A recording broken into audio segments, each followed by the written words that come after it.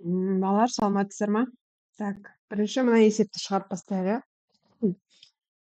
Жақшаның ішінде бірінші амал ол көбейту, иә. Екінші қосу, одан кейін бөлу. Астына амалдап орындаймыз. Бірінші, 2,8-ден 7-ні бірден бұрыс бөлшек ретінде жазамын. 8-ден қанша болады? 16, 16-ға 7-ні қосатын болсам 23. Көбейтілген 46-дан 9. Қысқартамын. Жоқ, сынау 8 қысқармайды, иә. 23 пен 46 қысқарады. Мынаған 1-ден, мынаған 2-ден. Демек, 16-дан 9. Ары қарай, екінші амал. 1,4-тен 3-ке қосамыз 16-дан 9-ды. 4-тен 16-ның ортақ бөлімі 16, мынаған 4-ден берем, мынаған 1-ден берем, толықтаушы. Демек, 1,16-дан 12-ке 9-ды қосатын болсам, 21. Бұны бірден бұрыс бөлшекке айналдырам. 16-дан 37. Үшінші амалы. 16-дан 37-ні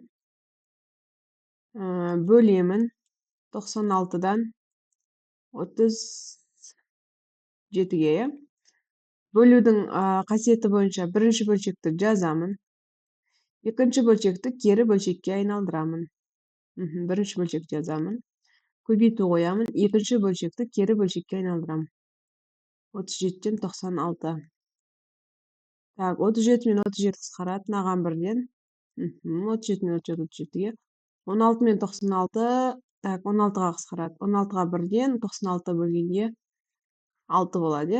Демек, 1-ден 6 ол бізде балалар 6-ға тең. Демек, бірінші есептің мәні 6. Өз есебіңізді тексеріңіз. Так, келесі тапсырма.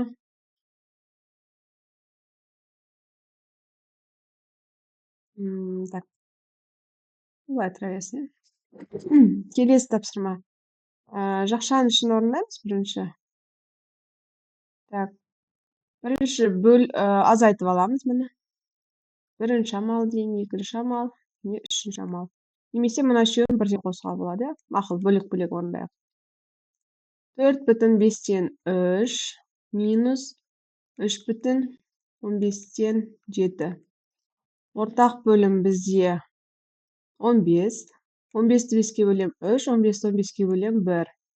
Демек, 4,15-тен 9 азайтылған 3,15-тен 7 шығады. Ол тең болады 1,15-тен 2. Ары қарай екінші амалды орындаймын. Осы 1,15-тен 2-ге қосамын 2,6-дан 1-ді. 6 мен 15-дің ортақ бөлімі 30. Демек, мынаған 2-ден берем, мынаған 5-ден берем. Так, 1 бөлінген 1,15-тен 4. 15 емес балалар уже. Так, 2-ке көбейтем отак. 30-дан 4 қосылған 2,30-дан 5. 1-ді 2-ке қосамын 3. 30-дан 9 болады. Бұл жерде 30 бен мынаны қысқартатын болсам 3-ке 9-ды. 9 3-ке бөлем 3, мына жақта 10. Демек, 3,10-нан 3 шығып тұр. Үшінші амал.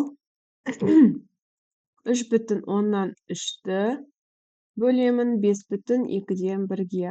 Ол тең болады 10-нан 33 бөлінген 2-ден 11.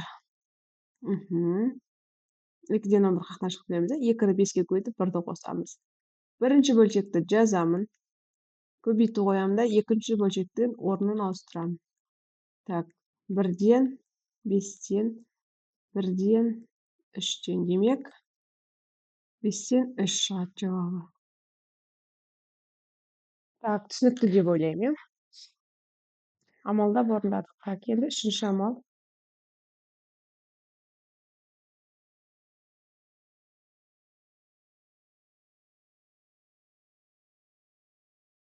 Так. Так, бұл жерде екі жақша берілген. Міне бірінші жақша, екінші жақша и екеуін не істейміз? Көбейтуіміз керек. Так, бірінші 2-ге қосамыз 3-тен 1-ді, ол бізде 2,3-тен 1 болады. Екінші амалымыз 188 бүтін. Екеуінің ортақ бөлімдері керек емес. 5-тен 3 азайтылған 185 бүтін 5-тен 3. 188-ден 185-ті азайтсам неше шығады? 3 шығады. 5-тен 3-тен 5-тен 3 ол 0 болады. Демек, мына жерде 3. Ары қарай мынаны үшінші амал 2,3-тен 1-ді көбейтеміз 3-ке. Ол бізде болады. 3-ті 2-ге көбейтіп 1-ді қосқанда қанша болады балар? 7 көбейтілген 3. 3-тің қасында бізде бөлімінде үнемі 1 бар. 3 пен 3 қысқарады.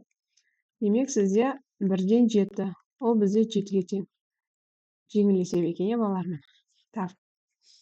Ары қарай келесі тапсырма. Келесі тапсырма балар теңдеу. Бұл жерде бірінші міне мынау аралықты 1 бөлек, мынау аралықты 1 бөлек шығарып алайық. Так. Араластарының барын бұрыс бөлшекке келтірейік. 5-ті 1-ге көбейтсек 5, 2-ні қосамын 7. Көбейтемін 7-ні 2-ге көбейтіп 1-ді қоссам 15. Көбейтемін 6-тан 1 x. Кейін келесі жағында теңдіктің келесі оң бетінде тура дәл осылай өзгертемін. Араластарында бұрыс бөлшекке айналдырамыз. 2-ні 4-ге көбейтіп 1-ді қосам 8, 9 көбейтілген 18-ден 17 көбейтілген 34-ті 1-ге көбейтіп 2-ні қоссақ 36 болады. Келесі ретте біз тек қана қысқартуды орындайық. Так. 7 мен 7 қысқарады, 1-ден 1-ден. 15 пен 5 қысқарады, мен бөлек-бөлек ше. Так, мен так. Наған 1-ден, наған 3-ден. Так, дальше. Келесі тағы қайсымен қысқарады? 3 пен 6 қысқарады, наған 1-ден, наған 2-ден. Демек, 2-ден 1 x қалпына бетте. Мына жақта не болады? 9-ға 1-ден, 18-ге 2-ден. Дальше басқа бір не алайын. 17 мен 34 қысқарады, балар.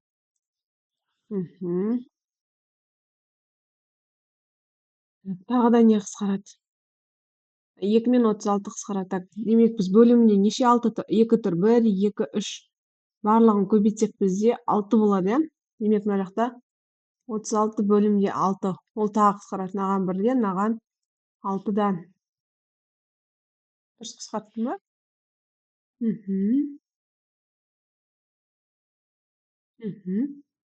Так, демек, x'ен болады 2-ні 6-ға көбейткендегі. Мына бөлшек немесе былай болады, 1 бөлінген 2, и мына жақта 6 қалды. X'тен болады 6-ны бөлемін 1 бөлінген 2-ге. X'тен болады 6 көбейтілген 2. X'тен 12 болады. Так, түсінікті деп ойлаймын. X'тен 12. Және де соңғы тапсырма. 2 ыдыста 35 литр сұйықтық бар. Міне. Бірінші ыдыс және екінші ыдыс. 2 ыдыста 35 литр сұйықтық бар. Бірінші ыдыстағы сұйық екіншіге қарағанда 1,3-тен 1 есе кем. Әр ыдыста қанша литр сұйық бар? Демек, теңдеу шығаруымыз керек, балар. Демек, мынау x болса, x бөлінген 1,3-тен 1 қосу тең 35. Так. Мына жерде x-ті мынаған бөліп алатын болсақ, көбейтуге айналып кетеді, балар. Так.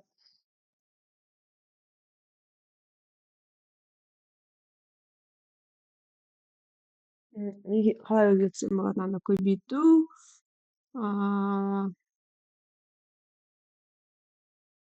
X тең 35 болады. Үш жерде X жакшанышинге 3 бөлүнгөн 4 косуу 1 болот. Жакшанышар. 35 X көбөйтүлгөн 4/7 тең 35. X тең болады 35 бөлүнгөн 4/7. X тең 35'in астында всегда бизде көрүнбөйтүн 1 бар бөлүмүндө. Демек 1/35 көбөйтүлгөн 7/4. Биринчи бөлчөктү жаздым, экинчи бөлчөктү кери бөлчөккө айландырдым. Кыскартам мынаган 1ден, мынаган 5тен. Демек X тең болду 20-га. Bu birinchi ыдыстын массасы.